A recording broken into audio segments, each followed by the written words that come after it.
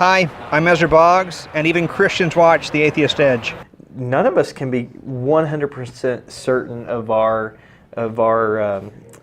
in our beliefs. I mean, Right. we all, none of us, because I mean, I haven't seen God face to face. In fact, the Bible specifically says you can't see God face to face. Right. And so therefore, yeah. But there's a long list of can't people who have be- seen God face to face in the Bible. Well, yeah, but you got to look at the literary structure. It's Let talking. him finish. Okay. Okay. Oh no! I thought that's- it's a great no. It's actually a great point because Okay, it's okay. It's I thought maybe you were going somewhere, so no. We can get on that. I might have been, but now I can't remember anyway. So I might as well finish this, right? I'm a professional derailer. But actually, yeah, he's been talking a lot, so yeah, please derail. so yeah, we what's he got? whenever you look at these passages, I mean, I'm thinking about like the one in Exodus, right off the top of it. Right. Here's the deal. It's talking about, it's not a physical thing because that would go against Christian theology. Right. In that, and not just Christian theology, it also go against what the Jews believe, and that's significant because we're talking about passages Right. from the Jewish scriptures that the Christians share as well. It's talking more about in terms of the relational aspect of it. And so it's nothing about the physical aspect of it, but that goes into a very long, dry Right, yeah, Hebrew that explanation. that is a very nobody long explanation. really cares, but in short, that's talking more about the relation. It's a relational aspect of it, but so that's a big piece of it. Okay. Well, what is it? Is the list? I want to say there's like 23 instances in the Bible in which people have seen God face to face or claim they have. Well, now that would be kind of hard because I mean, are we talking about a Christophany or a theophany, or are we talking about? Like literal. Use simple terms. I'm just Okay. trying to keep. So, what is a Christophany, theophany, and blah, blah, blah, It blah? would be like a pre-appearance of a physical pre-appearance of Christ. So, like for example, like an apparition or like a dream or it could be that, or like when God delivers a message to Abraham and Sarah that they're going to have a baby. That would be an example of one. Of a. Like a theophany. Mm-hmm. So that's a theophany saying that. But so that when in a theophany, a person believes and saw God. no. Saying this thing, or there's it's just a message. No, in theory. Okay, so to where like the word is portrayed through a vessel. Mm-hmm. okay, so your question that was addressed about like theophany, and again, a lot of words that I've never heard before, but I just want to make sure that everyone who's watching understands specifically what those words mean. And so, like you were asking about Face to face. yeah, like a theophany is basically a face-to-face encounter with a God. No. You still have I you don't have it think- backwards. You have it backwards. Yeah. A theophany is a message from God. Through somebody through a vessel. Yeah, Through a through a vessel or some way. yeah. Okay. Whether it's an idea or whether it's they hear voices or So like he whatever. said, there were like 23 different accounts, which I mean, Okay. I mean, Yeah, and that's what I was- I don't quote me. There are quite a few accounts, but it is. I wouldn't be surprised if it was more. It is over 15. But to be clear, when you're asking about that, you're asking about, well, what about the X number of specific instances in the Bible where someone says that they did encounter God? Right. And that's without any... And we do have to define God specifically, because Right. when we're saying God, we're referring to God the Father. Well, God is actually defined in a way that somebody had seen him. They actually compared God to many different had given different metallurgic properties. His feet were shining bronze and so on and so forth. God's face was, I don't know, it was like the whole image of man type thing. Whenever they're actually describing God in very in personification. So you're talking about like Genesis 1:26, where it's, let us make man in our own image. No, well that, but Because that's not physical. No. I'm trying to think of what book it was in that they actually described God, and I believe it was through a vision. Well, the word that you used just a minute ago, I think could really help clear a lot of things up, and that's that you said it's personification, and that's a type of figurative language, and we shouldn't take it literally. Right. Well, personification is giving something humanistic properties. Yeah. Like saying that that doesn't. Right. Yeah. Right. Exactly. So yeah. Yeah, so it's figurative speech, and that's just the important part. And in fact, I think that a lot of times, and I'm not saying that you did it, but because you can say that I did it. No, I'll say my Bible study method students did it. Because I spend so much time with them, because a lot of times they really mess up an interpretation of a passage. And I'm like, do you understand why you got it wrong? And of course they're looking at me going, well, no. Obviously I turned in the paper. And hey, you've got to look at that literary structure, because if it's a figurative language, then it has. And I mean, that's a huge part of Bible study, and why that you have some confusion in some areas that there ought not to be, because we run into this where, wait, hold on, what kind of literary structure is being used here? And then that's right, the part but it's really easy to say that something should be interpreted allegorically or spiritually or metaphorically. It's really easy to say that in order to avoid having to defend something being literally.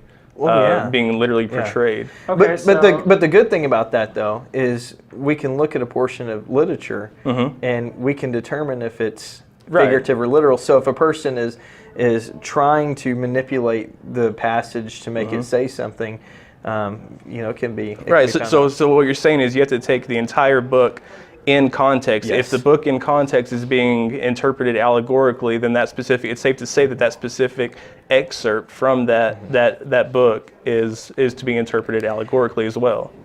For the most part, because within a book there could be a couple different types of literary genre within a certain book, but you definitely want to keep the context in mind. And when you do that, it solves a lot of the problems.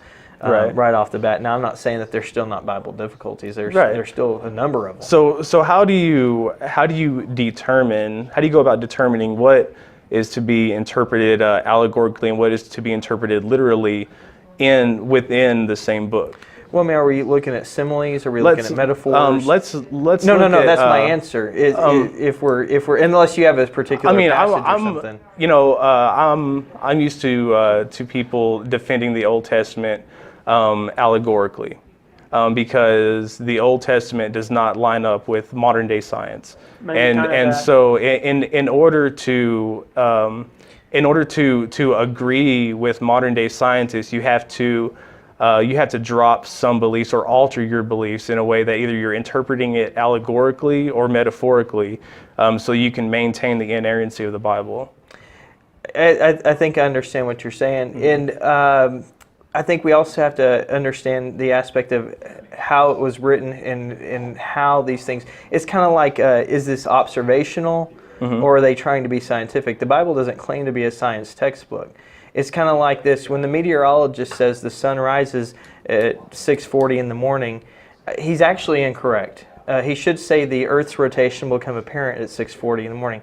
But he's speaking observationally. We know that the sun's not literally rising. Right. We're rotating around it. Absolutely. And so, well, it's all about perception. From us, from our perception, the sun is rising. Because it's really hard for a human to conceive the concept of the Earth spinning thousands of miles an hour, trying in a spiral, trying to catch up to a ball of gas that's burning through the universe. It's really hard for somebody to wrap their mind around that. It's a lot easier to say, the sun is rising, and just it's a really simple, cut and dry explanation. Yeah, and I think some of the problems that we've had in history have been because those who were in the position in these religious groups didn't understand that. I mean, you got to think about like stuff like Galileo and what he went through and being excommunicated. Right. All because they didn't understand this very thing that we're talking about today, and that's that, hold on, the Bible's not claiming to be a science textbook, and these guys are talking about, hey, the sun rose, the sun set, whatever the case may be. That's all very personal, So, from your own. So I think we're both on the same page that throughout the Bible we have instances that at one point were taken literally, and that like for instance, the rainbow being a miracle, when we all know that the miracle is really just fragmentation of water. I mean, yeah, don't get too excited. Holy shit! I'm just playing. I mean, Sorry, I don't think of it as a miracle. Right. But at the time, it was said to be portrayed as God's promise. I mean, we've all heard the story. Mm-hmm. So where do you that being said, I think it's safe to say that we can discount or discredit most miracles in the Bible, because in order for that to happen, there has to be a suspension of natural laws. For instance, turning water into wine or walking on water. That nowadays, if it had been any other character in the Bible, we would be looking at it as parody or allegorical. We tried to extract some sort of metaphorical language from it. Yeah. Miracles, there's a couple of issues on that. First of all, you could go to Hume's failed argument, which, he starts out, hey, miracles can't happen. And he ends up with, oh, hey, miracles can't, and that's why miracles can't happen, because miracles can't happen. And I know that I'm really bringing that down to a very circular reasoning in anything is. But when we look at miracles and we say, okay, is there a possibility for something that is not in something occurring that's not in the natural order? Mm-hmm. And I obviously as a Christian, I certainly do think that miracles are possible. But what's more interesting to me is, we could talk about the different miracles in the Bible. In essence, it could be really easy for me to say, well, yeah, I believe him. God did miracles back then, but he really doesn't do them now. Right. And I think that would even be problematic, even though if we took all the miracles in the Bible and we divided it over the 4,000 or 5,000 years that the Bible was, Sure. You're looking at a very small number of miracles per year. But even then, there's been documented cases of miracles even today. You have a number of issues that have come up. I'm trying to remember a couple of them, but none of this was scripted, so I'm trying to work off the top of my head right now. I know there was a lady who was... in fact, Lee Strobel has a book coming out, The Case for Miracles, where he gets into this. You also have another fellow, and his name just totally left my head, who did Keener did a 2-volume study, like 1,100 pages, where he went and, really went and looked at miracles. What's the difference between a miracle and something that can be explained naturalistically? Like a rainbow is not a miracle. It's it's the light going through the whatever, and so. But this lady who was in hospice, hands curled up, she was blind, nothing. She hears a voice after a issue for prayer went out over Moody Radio, some 400-something people praying for her. She hears a voice that says, "Stand up," and she stands. She said her feet hit the ground. And she, was just trying to process that. And she looked down and her hands were uncoiled. And she realized, my hands, wait, hold on, I can see my hands. And this is in fact, there's been a number of papers written on this. There's no other way to explain it. It was a miracle. I've never heard about that. Yeah, and she's still alive. And this happened in 81, 82, but Lee Strobel's book, he goes into all the specifics on it. So you believe that there's no natural explanation? The doctors haven't been able to give one yet. In fact, there's another one. It's New Voice. I think it's like NU Voice, either .com or .org. But it was a guy who lives here in the Metroplex. He was a pastor, had lost his voice for 3 years. The doctors told him he'd never be able to speak again. He could barely make noises. And they had him out, I think it was, First or Second Baptist Church in Houston. One of the Sunday school classes had him out, I guess just maybe as a goodwill gesture. And it's actually recorded. And he was doing the best that he could to speak to them. His voice, it was just gurgly. You really couldn't make anything out. And when he was reading through, I believe it was Psalm 34, he hits the word pit, and all of a sudden he's just able to speak.